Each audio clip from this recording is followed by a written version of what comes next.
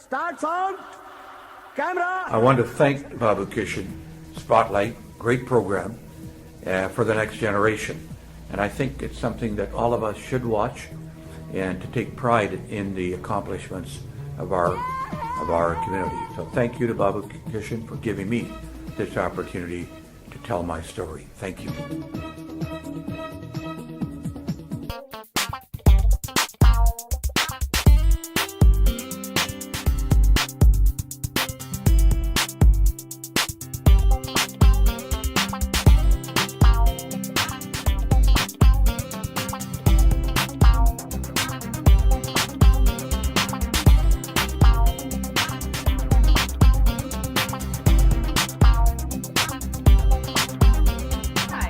My name is Leticia Sanchez. I was born in Mexico City. My father's name is Joel Sanchez and my mother's name is Elisa Herrera. I have one brother, Oscar Sanchez Herrera, and I came to Canada in 2003. I spent my childhood in Mexico City in a beautiful place from the 1930s. It's the Colonia Roma, where I was raised by my parents. My father had a furniture factory in Mexico, and my mom was at home. So I had the opportunity to learn a lot about arts and a lot about building things. My brother, as a biologist, we used to play outside, go to school, and come back to home and learn about animals and about Mexico and about history and geography. And I was surrounded by lots of culture. In my country, in Mexico, there's a lot of culture. We come from an ancient culture. And I was fascinated by all the art and all the natural environment that we lived in.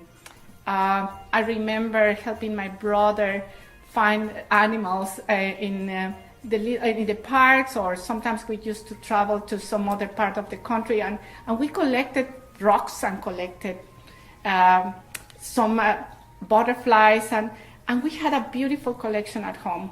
My brother studied biology, and so he became a very important person for me to follow. So when I decided to study, I wanted to be a biologist, but then I changed my mind and I wanted to teach. So I wanted to teach because, in a way, I found myself a very curious woman, and I couldn't stop moving around at school. Some teachers were kind of frustrated with that, and I said, no, I think that learning has to be more than sitting on a classroom and being just listening to a teacher. I wanted to move and to find and to find new things and being curious about why things happen. So my decision to become a teacher was so strong that I studied education. So I have a master's degree in education from Mexico, and that helped me a lot to teach all my students to find knowledge by themselves, to find a way in which they can communicate with others and learn from others and learn from who we are and what we do in the world. So learning and teaching became my life. So when I decided to teach, I was wondering what to teach. So I became a language teacher. And with the time, teaching students, helping them learn a language, it was amazing, because you don't need a specific subject to learn.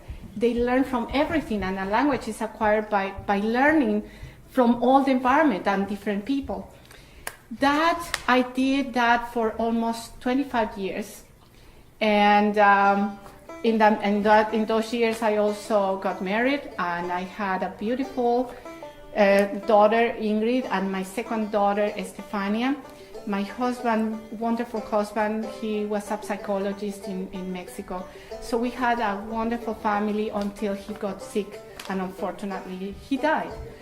But that didn't stop us because I continue working as a teacher and raising my kids by myself and trying to put them in an environment where they also could learn about culture and about life and they could develop. So finally my first daughter became a business administrator, and my second daughter, I helped her a lot, and she came to Canada with me, and she became an arts. She studied arts, and now she moved to Berlin, and well, it's part of life, moving and learning and teaching.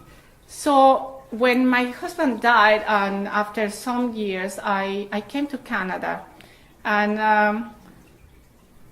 it's not easy to be a new immigrant in any country. It doesn't mean that it's Canada. It could be anywhere. There could be struggles into how you fit in with the country, how you learn the way the country and the people from that country understand other communities. So when I came here, I wanted to teach because that was my main idea. And I tried, and I couldn't teach because, unfortunately, when you work in education, the education, and even with a degree, you have to understand how the education happens in Canada. So for me, I tried 2 or 3 times. I gave classes to some like tutoring, but I couldn't fit in. And then I went back to school. I tried to take some courses on social studies and some courses on family. And I thought that with those courses I was going to be able to continue studying and to continue teaching, but it was not possible. Everybody said that I needed to go back to university and become a teacher in Canada. So pretty much I gave up. And I started selling clothes, something I never did before. And for many people in my country, becoming a salesperson says that you are not into what you should be. But to me, is the way in which you start from the very bottom and you go back to who you are. So I worked hard, and I was working at Le Chateau. Well, I don't know if I have to say where I was working, but I put all my effort and all my passion into selling and teaching people about the quality of the product. And so I was not afraid of approaching people and making them feel good about what they were going to buy. I love fashion too, and so I felt that if I make people happy, they will be happy to wear what. So after 2 or 3 years of selling clothes, I was invited to come to this beautiful space I have now. I was invited to become a retail manager at Dr. Sun Yat-sen Classical Chinese Garden. That was 8 years ago, and I started working at the shop because I was happy to continue doing retail. The thing is that no matter where you are and no matter what you do, you take who you want to be and you transform and you learn and you adapt to the country. So I came to a Chinese garden. Being a Mexican in a Chinese garden sounds strange, but I love the culture. I love the Chinese culture, and I have learned so much from being a manager at the shop. So with my education, I started to change the feel of the shop, and I brought more books, more art, and it gave me the feeling that I was coming back to who I was. So with that, I became the Arts and Exhibitions chair at the garden, and I found out that I wanted to give back to the society, so I started volunteering for the Asian Heritage Month Society, and they invited me to produce an exhibition. Why an exhibition with the Asian community? Well, because every time that we think of Asia, we think of possibly China or Japan. But Asia is much more. It's so diverse and so big and so full of culture and so full of ancient traditions that I felt the drive to make something that will let us know more about Vancouver and about Asia. So one day I was sleeping and I thought, okay, when I had a dream of the Silk Road, and suddenly I thought that would be a great exhibition, following the Silk Road, but putting it together with the people in Vancouver. So in a way, it's following the Silk Road in Asia and putting it together with Vancouver. Following the Silk Road, the ancient Silk Road, used to go from Chang'an to all the way to Rome and Greece.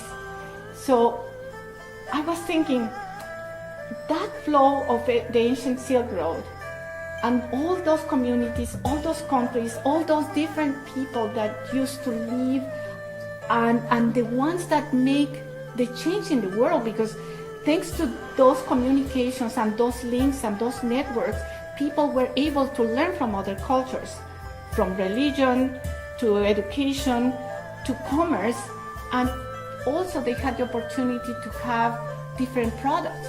So they started this idea of business that we have now and that we enjoy, that we can just click and get the online, and online we can communicate with China or with India. So I thought this project would be fantastic, following the Silk Road in a visual exhibition where people bring photographs from other countries, from all those countries, and then the good part is we're going to link it to Vancouver, to those immigrants we sometimes don't hear about. And what we want is to shake a hand with our neighbor and say, hi, I am from a different country, but we are here. And we are part of this beautiful multicultural environment that is Vancouver. So the exhibition goes like this. You are going to be able to see photographs of different countries. Let's put India, for example. We are going to have some photographs from India in Asia, and then we are going to have photos from India in Vancouver. So what a beautiful way of presenting two different Silk Roads, the ancient Silk Road and our actual Silk Road here.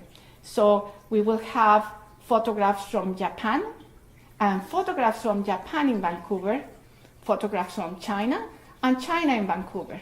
And the links and the communication that we're going to get is that we are going to open up our minds to how many communities and different communities live in Vancouver.